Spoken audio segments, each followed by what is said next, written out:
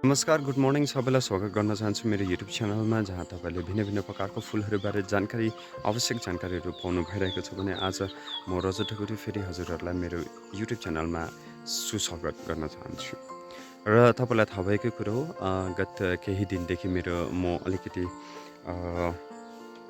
Offline थिएँ भनौँ। युट्युबमा मैले कुनै प्रकारको भिडियोहरू हालेको थिइनँ। कारण के हो भन्दाखेरि मेरो ससुआमा बितेर जानुभयो र उहाँको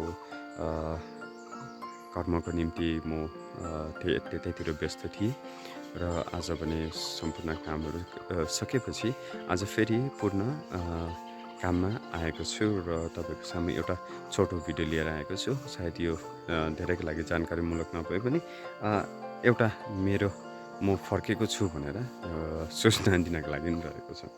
सो पहिला त जति पनि मेरो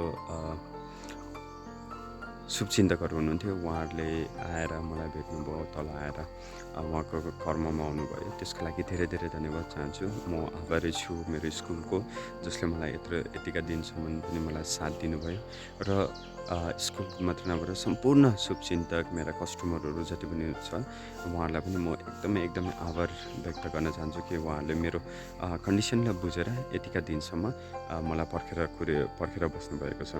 र आगामी सोमबारदेखि चाहिँ हजुरहरूको जति पनि प्लान्टहरू छ, अर्डरहरू छ, डिस्प्याच गर्न सुरु गर्नेछौँ र त्यसरी नै बिस्तारै हामी priority first come first list गरेर जसको अर्डर पहिला छ फर्स्ट अर्डर फर्स्ट प्रायोरिटी गरेर हामी बिस्तारै सबैको अर्डर हामी के गर्नेछौँ, पठाउनेछौँ या डिस्प्याच गर्नेछौँ Monday.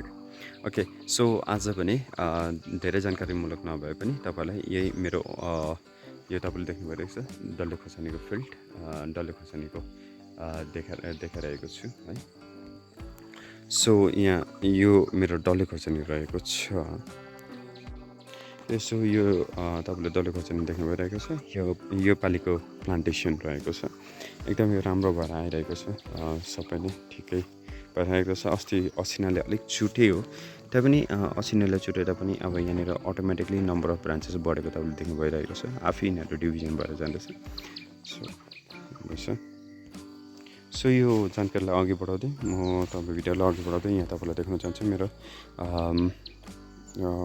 Aesthetic lilium. Okay, so तपाईँले एस्थेटिक लिलियम यहाँ देख्न सक्नुहुन्छ। एउटा, दुईवटा, तिनवटा, चारवटा, पाँच, छवटादेखि यहाँ 8वटासम्म पनि बड लागेको छ। र यो बड लागेको जुन चाहिँ छ युजली के गर्नुहुन्छ भन्दाखेरि मैले धेरैबाट कम्प्लेन सुनेको छु, एस्थेटिक लिलियमले 1 सालमा फुल्छ, त्यहाँबाट दोस्रो साल फुल्दैन भनेर कम्प्लेन सुनेको छु। र जति साल बित्दै गयो त्यति नै बल्बहरू घट्दै जान्छ भनेर त्यो पनि मैले कम्प्लेन सुनेको छु। र तपाईँलाई म यो भन्न चाहन्छु कि यो this is my second flowering in the season. यो हतपत हुँदैन, तर यो चाहिँ मेरो अक्टोबरमा बल्ब आएकोले गर्दाखेरि यसको सेकेन्ड फ्लावरिङ अहिले फेरि भइरहेको छ। अस्ति फर्स्ट फ्लावरिङ अस्ति भइरहेको, अस्तिको महिनै भएको तपाईँलाई मैले भिडियो पनि बनाएको थिएँ।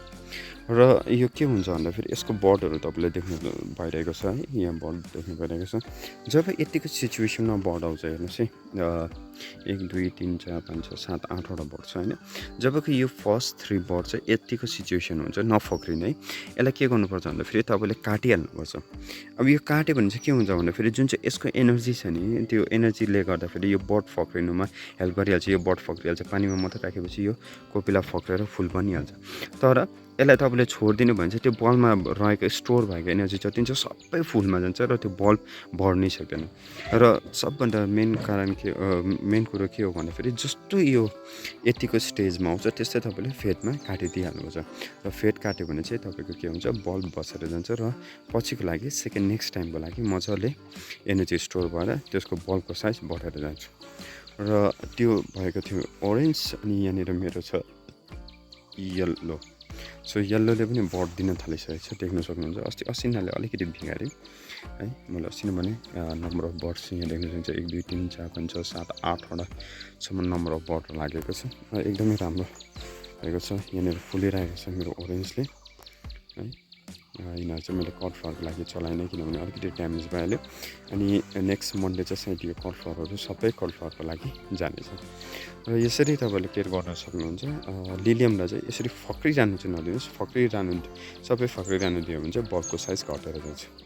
सो आशा गर्दैछु यो सानो टिप्स तपाईँलाई मन पर्यो होला भनेर।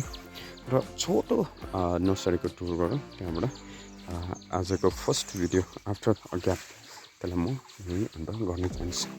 सो अहिले म के गर्दैछु भन्दाखेरि यो मेरो हाइड्रेन्जिया रहेको छ र हाइड्रेन्जियाले पनि प्रायः फुल दिन थालिसकेको छ। तर यो एकदमै अहिलेको फुल साह्रै हेल्दी हुँदैन। जब यिनीहरूले यो प्लान्टहरूले यो स्टेमहरूले फुल्न थालेपछि मात्रै हेल्दी भएर जान्छ। ओके, सो यहाँनिर मेरो डेलिया रहेको छ।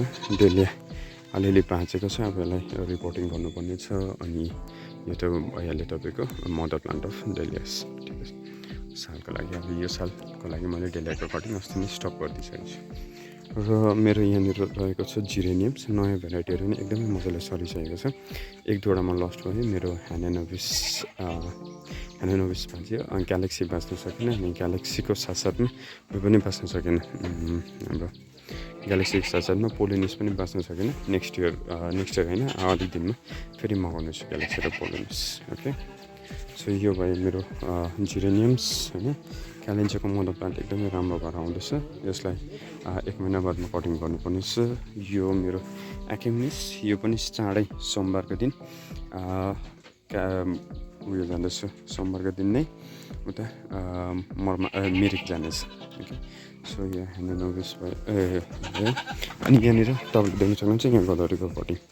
Okay, so just for an example कतिको भएको छ भने यहाँ देख्न सक्नुहुन्छ एकदमै दामी भएको छ। प्रपरली सरेको छ यो कटिङ्स, एकदम 100% रेडी भएको छ। र आगामी सोमबारदेखि चाहिँ तपाईँहरू सबैको लागि यो कटिङ्स म रिलिज गर्नेछु। ओके, एकदमै first batch of cuttings is purely ready for you to dispatch. Okay, so यसरी नै अगाडि बढ्दै गयो भने घर अगाडिको एउटा अर्को हाउस रहेको छ जहाँ डेलियाहरू अलिअलि मात्रामा फुलिरहेको छ। ओके, सो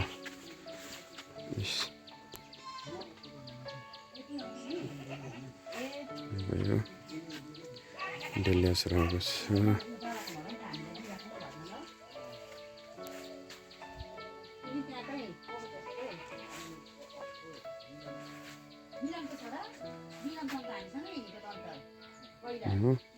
यो मेरो पम्पम भेराइटी रहेको छ। एकदमै राम्रो बुची भएर ग्रोथ देख्न सक्नुहुन्छ। बुची ग्रोथ भइसकेको छ, एकदमै राम्रो ग्रोथ हुँदैछ योपालि पम्पमको।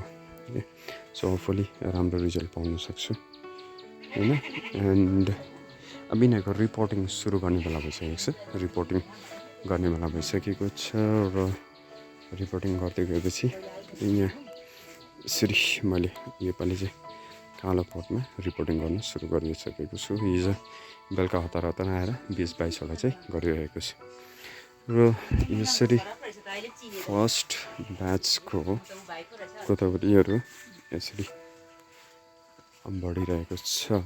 एन्ड अहिले अगाडि सिचुएसनहरू छ। ओके, होपफुली यो भिडियो तपाईँलाई मन पऱ्यो होला।